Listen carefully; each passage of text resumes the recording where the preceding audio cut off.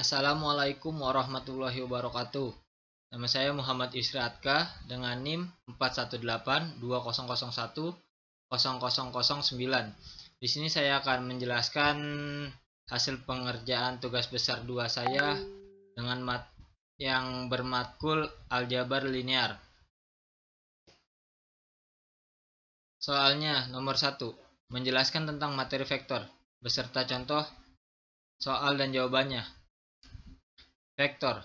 Vektor adalah ruas garis berarah yang memiliki besaran atau nilai dan arah tertentu. Secara geometris, suatu vektor dapat digambarkan sebagai ruas garis berarah dengan panjang ruas garis menyatakan besaran vektor dan arah ruas garis menyatakan arah vektor.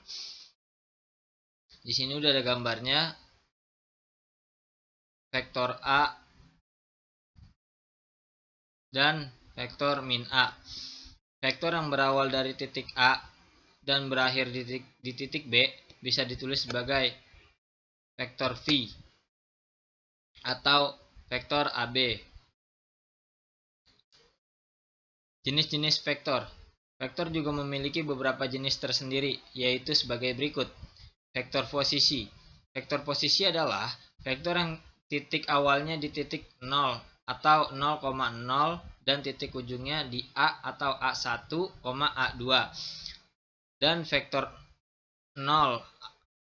Vektor 0 adalah vektor yang panjangnya 0 dan dinotasikan vektor 0. Vektor 0 ini tidak memiliki arah vektor yang jelas. Vektor satuan. Vektor satuan adalah vektor yang panjangnya satu satuan vektor satuan dari vektor V sama dengan vektor V1 dan vektor V2 adalah vektor U V kecil sama dengan vektor V per vektor V sama dengan 1 per vektor V buka kurung vektor V1 dan vektor V2. Vektor di R kuadrat. Panjang sebuah segmen garis yang menyatakan vektor atau dinotasikan sebagai panjang vektor sebagai. Sini vektor V kuadrat dan V1 kuadrat. Vektor V sama dengan vektor V1 kuadrat ditambah vektor V2 kuadrat. Panjang vektor tersebut ialah dapat dikaitkan dengan sudut 0 yang dibentuk oleh vektor dan sumbu X positif. Sini cos 0 sama dengan V1 per vektor V. Vektor V1 sama dengan vektor V cos 0. Sin 0 sama dengan vektor V2 per vektor V. Vektor V2 sama dengan vektor V in-nya 0. Tan 0 sama dengan vektor V2 per vektor V1. 0 sama dengan tan min 1 buka kurung vektor V2 per vektor V1. Operasi di vektor di R kuadrat, penjumlahan vektor.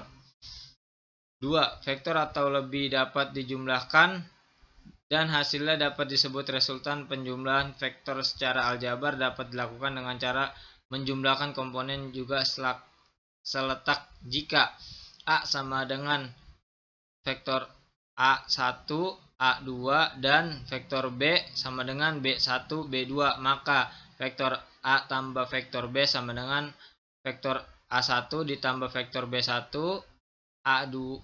vektor B2 tambah vektor A2 tambah vektor B2. Secara grafis penjumlahan vektor dapat dilihat pada gambar di bawah ini. Dan selanjutnya sifat-sifat penjumlahan vektor adalah sebagai berikut. Vektor A ditambah vektor B sama dengan vektor B ditambah vektor A. Vektor A ditambah buka kurung vektor B ditambah vektor C tutup kurung sama dengan buka kurung vektor A ditambah vektor B sama dengan ditambah vektor C. Pengurangan vektor. Dalam pengurangan vektor berlaku sama dengan penjumlahan, yaitu sebagai berikut. vektor A dikurang vektor B sama dengan buka kurung vektor A1 dikurang vektor B1, vektor A2 dikurang vektor B2. Nah, di sini lanjut lagi perkalian vektor dengan skalar. Suatu vektor dapat dikalikan dengan suatu skalar atau bilangan real dan akan menghasilkan suatu vektor baru. Jika V adalah vektor dan K merupakan skalar, maka perkalian vektor dapat dinotasikan vektor K dikali titik ini dikali vektor V. Keterangan, jika K lebih besar 0, maka vektor K dikali vektor V searah dengan vektor V. Jika K kurang dari 0, maka vektor K dikali V berlawanan arah dengan vektor V. Jika K sama dengan 0, maka vektor K dikali vektor U adalah vektor identitas 0 sama dengan 0 per 0. Perkalian vektor dengan skalar K dapat dirumuskan sebagai berikut. Vektor K dikali vektor U sama dengan vektor K dikali vektor U1, vektor K dikali vektor U2. Perkalian skalar dua vektor. Perkalian skalar dua vektor disebut juga sebagai hasil kali titik dua vektor, ditulis sebagai berikut. Vektor A dikali B atau dibaca A dot B. Di sini sudah ada contoh soal vektornya, yaitu diketahui ada titik A sama dengan 1,3,5, titik B 4,6,2 dan titik C M, N, min 5. Apabila titik A, titik B dan titik C segaris, maka tentukan nilai P plus Q. Penyelesaiannya, jika titik-titik A, B, dan C segaris, maka vektor AB dan vektor AC bisa juga searah atau berlainan arah, sehingga akan ada bilangan M yang merupakan sebuah kelipatan dan bisa membentuk permasalahan ini. M dikali vektor AB sama dengan A vektor AC. Jika B ada di antara titik A dan C, maka vektor AB ditambah vektor BC sama dengan vektor AC, sehingga vektor AB sama dengan 4 min 4 dikurang 1, 6 dikurang 3, 2 dikurang 5 sama dengan 3, 3 min 3. Vektor AC sama dengan P dikurang 1, Q dikurang 3, min 4 dikurang min 5 sama dengan P dikurang 1, Q dikurang 3 sama dengan 9. Maka kelipatan M dapat persamaan dapat ditemukan sebagai berikut. M 3, 3, min 3 sama dengan P min 1, Q min 3, dan min 9. M dikali min 3 sama dengan min 9, maka M sama dengan 3. Dengan subsidi nilai M akan diperoleh M dikali 3 sama dengan P min 1, maka P sama dengan min 8. M dikali 3 sama dengan Q min 3, maka Q sama dengan min 6. Jadi P ditambah Q sama dengan min 8 dikurang 6 sama dengan min 14. Dan untuk nomor 2, yaitu soalnya menjelaskan materi tentang garis dan bidang dalam ruang 3 dimensi dan ruang Euclidean beserta contoh dan jawabannya. Pengertian garis. Garis merupakan suatu himpunan titik-titik yang anggotanya terdiri dari lebih satu buah titik dan titik-titik tersebut berderet dengan dua garis berlawanan hingga jauh tidak terhingga. Sedangkan model ataupun representasinya suatu garis misalkan seperti seutas benang atau juga tak lurus yang diperpanjang ke dua arah yang berlawanan sehingga tak terhingga. Tetapi garis diberi nama dengan menggunakan sebuah huruf kecil seperti G, H, K, dan juga seterusnya. Dan buah huruf kapital misalkan AB, AC, BC, dan juga seterusnya. Pengertian bidang. Bidang merupakan himpunan dari garis-garis yang anggotanya juga terdiri dari satu buah garis permukaan yang bisa perlebar. Arah bidang memiliki ukuran panjang yang juga lebar, diberi nama dengan menyebutkan titik-titik dari bidang tersebut ataupun huruf dan juga seterusnya. Kedudukan titik garis dan bidang dalam 3 dimensi. Dimensi 3 berbentuk dari 3 elemen, yaitu titik, garis, dan bidang. Titik adalah lukisan tanda nokta yang dibubuhi nama menggunakan huruf kapital. Suatu titik tidak memiliki besaran atau tidak berdimensi. Garis adalah himpunan titik-titik yang memiliki ukuran panjang dan berdimensi 1, sedangkan bidang adalah himpunan titik-titik yang ukuran panjangnya luas hingga. Bidang adalah luas bidatar dan hanya dapat dibentuk dari 3 titik berbeda, 2, 1 titik dan 1 garis, 3, 2 garis yang berpotongan atau sejajar. Ini dia contohnya ya. AB garisnya sejajar, dan suatu titik, garis ataupun bidang suatu posisi kedudukan satu sama lain. Kedudukan titik terhadap garis. Titik A titik terletak pada garis. B titik berada di luar garis. Titik berada di luar garis karena garis itu tidak memiliki titik, contohnya Q. Kedudukan titik terhadap bidang.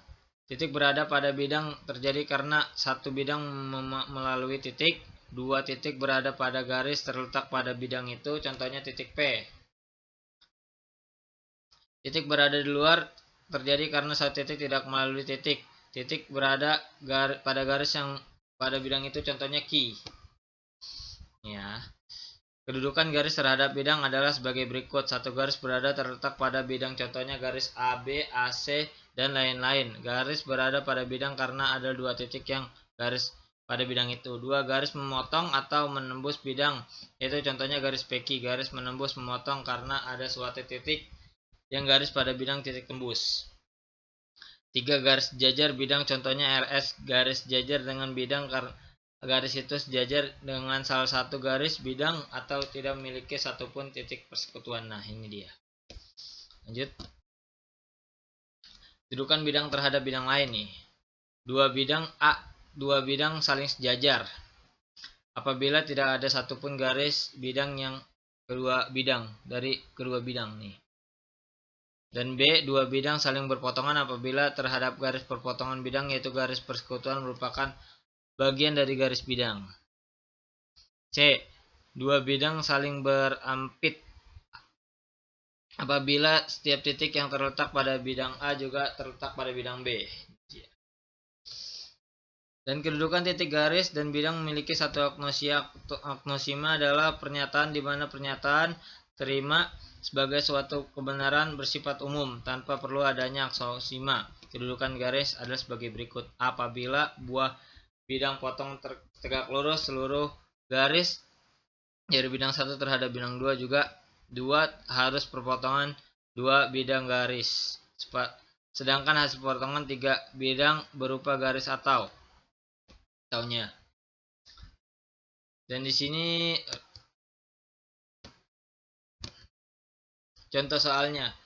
Contoh soalnya pada kubus ABCDEFGH, titik P pada AD dan titik Q pada EH sehingga AP sama dengan EQ sama dengan 12 cm. Jika panjang rusuk 12 3 cm, maka jarak A ke BPQF sama dengan, ini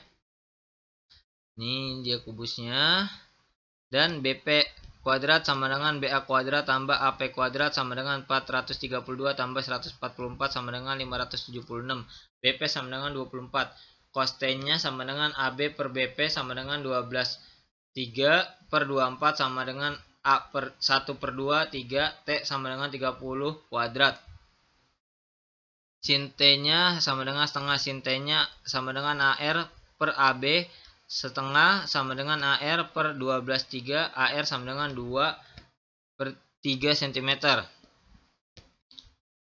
Dan selanjutnya ruang Euclidean adalah ruang berdimensi 3 geometris Euclidean serta generalisasi dari konsep-konsep dimensi yang tertinggi. Di dalam ruang Euclidean dimiliki 2 dimensi, titik-titik dinyatakan oleh pasangan terurut X, Y, dan bilangan di mana bilangan pertama yang menurut konvensi menyatakan horizontal dan sering dituliskan sebagai X secara konvensional dinyatakan dan sering dituliskan sebagai Y.